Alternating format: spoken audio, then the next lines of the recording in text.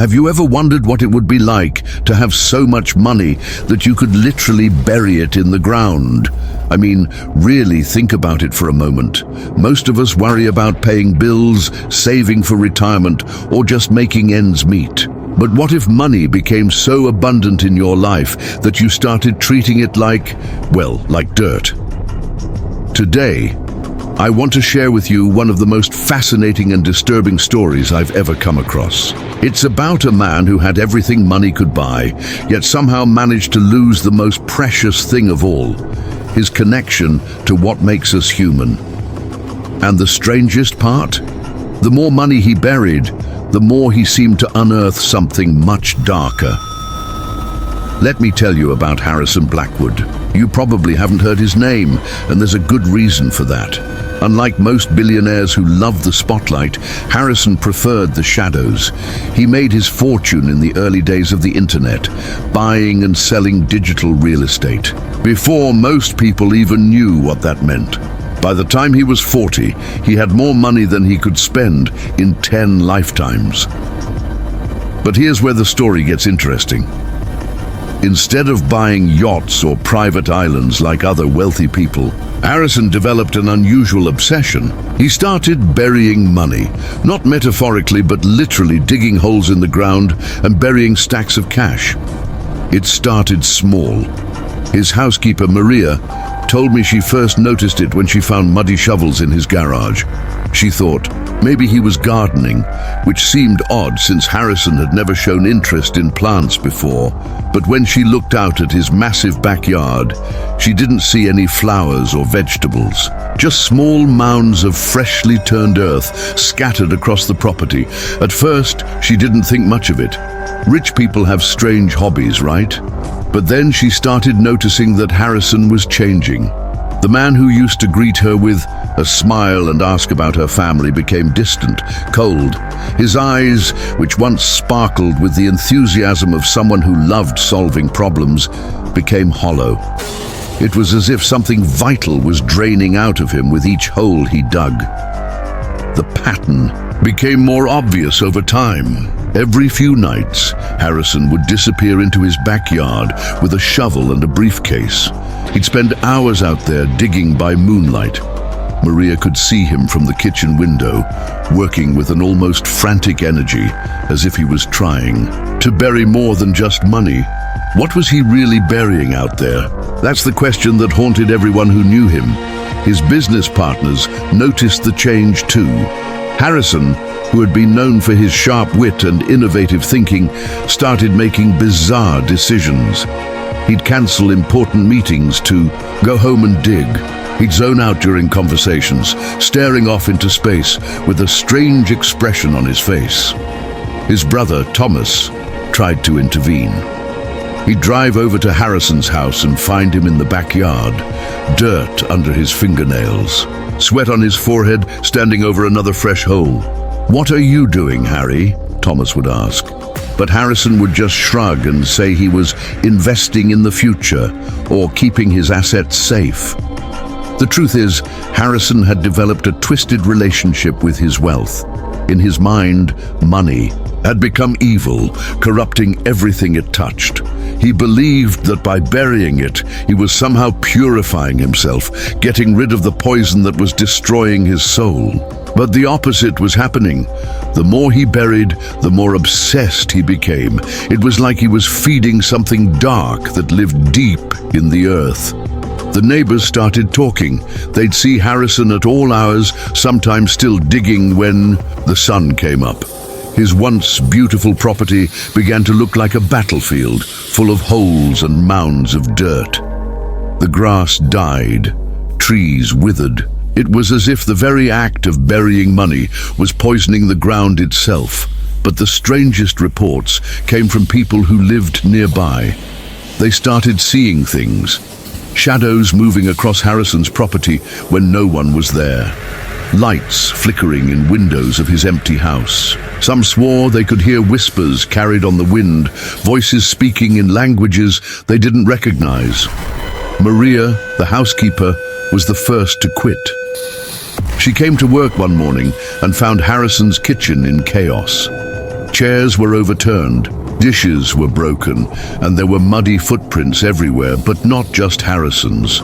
There were other prints, smaller ones, that seemed to come from nowhere and lead nowhere.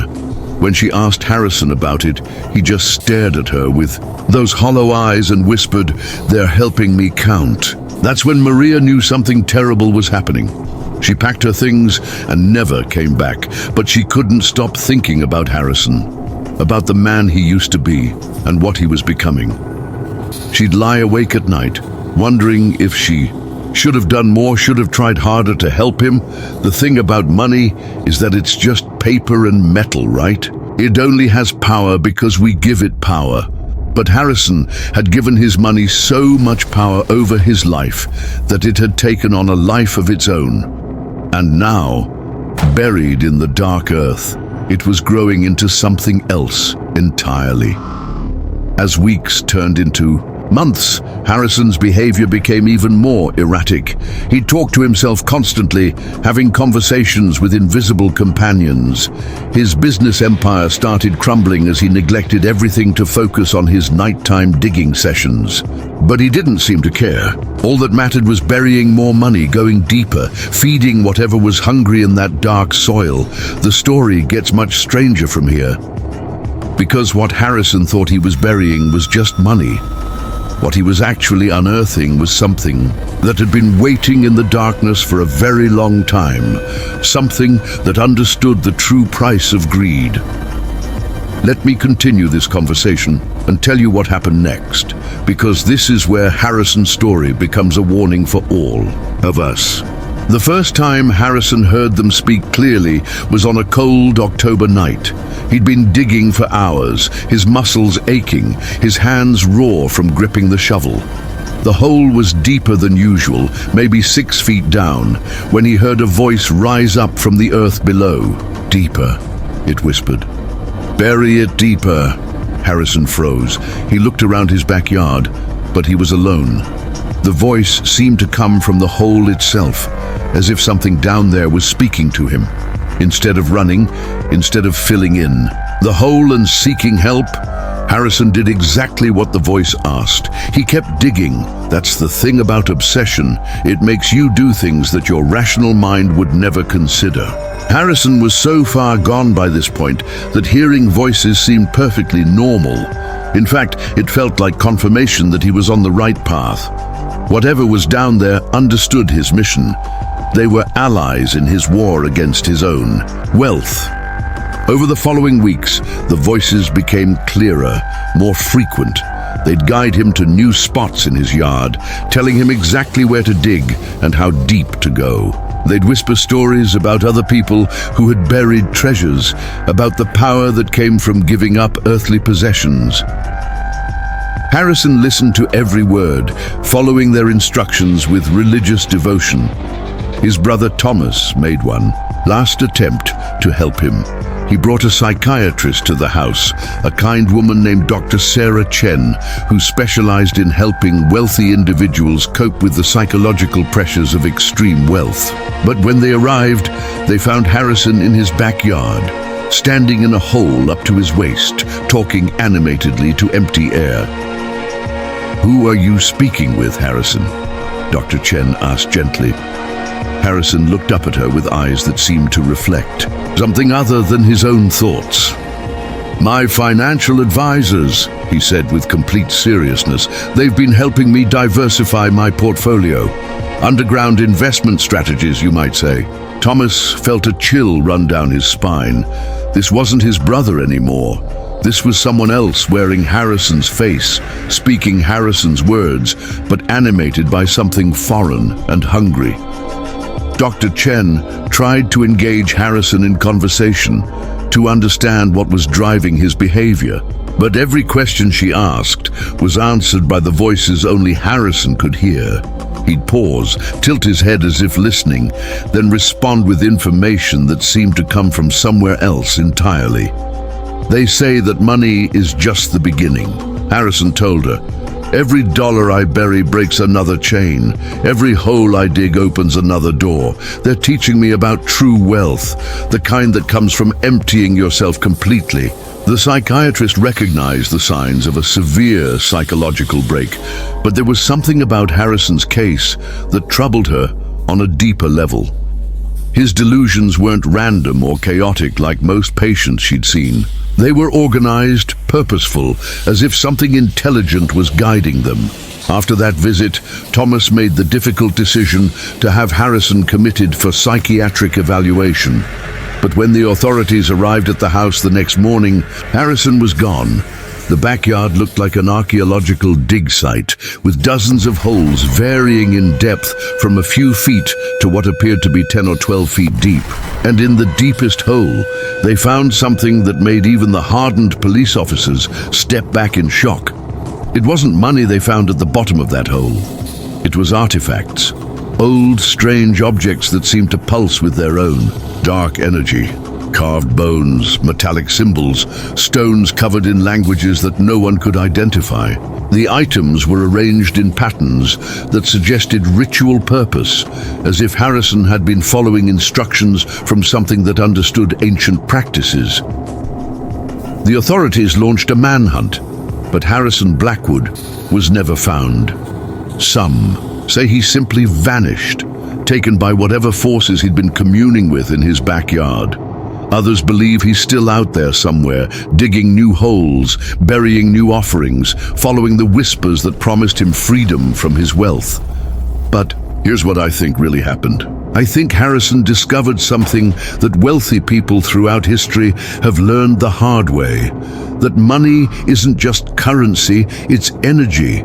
And like all energy, it can be corrupted, twisted, turned into something that serves purposes far removed from human well-being. When Harrison started burying his money, he thought he was getting rid of a burden. But he was actually feeding something that had been waiting patiently beneath the surface of our world. Something that understood how to use human greed as a doorway, how to transform obsession into invitation. The voices Harrison heard weren't hallucinations.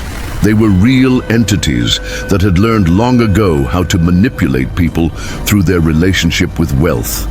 They whispered to him, guided him, used his own guilt and obsession to slowly take control of his mind and soul. Maria, the housekeeper, still has nightmares about those final days. She tells me that sometimes, late at night, she can still hear digging sounds in her dreams. And sometimes, when she's walking through wealthy neighborhoods, she notices yards that look a little too perfect, a little too manicured, as if someone has been working very hard to hide what lies beneath the surface. The truth is, Harrison's story isn't unique. Throughout history, there have been people who accumulated so much wealth that it became a spiritual burden. And some of them, in their desperation to be free of that burden, have discovered that there are forces in this world eager to help, for a price that goes far beyond money. So the next time you hear about someone with incredible wealth acting, strangely pay attention. The next time you see perfectly manicured lawns in expensive neighborhoods, look a little closer, because somewhere out there, Harrison Blackwood's story is still being written, and the entities he awakened are still hungry, still whispering, still waiting for the next desperate soul, willing to bury their fortune and unearth something far more dangerous.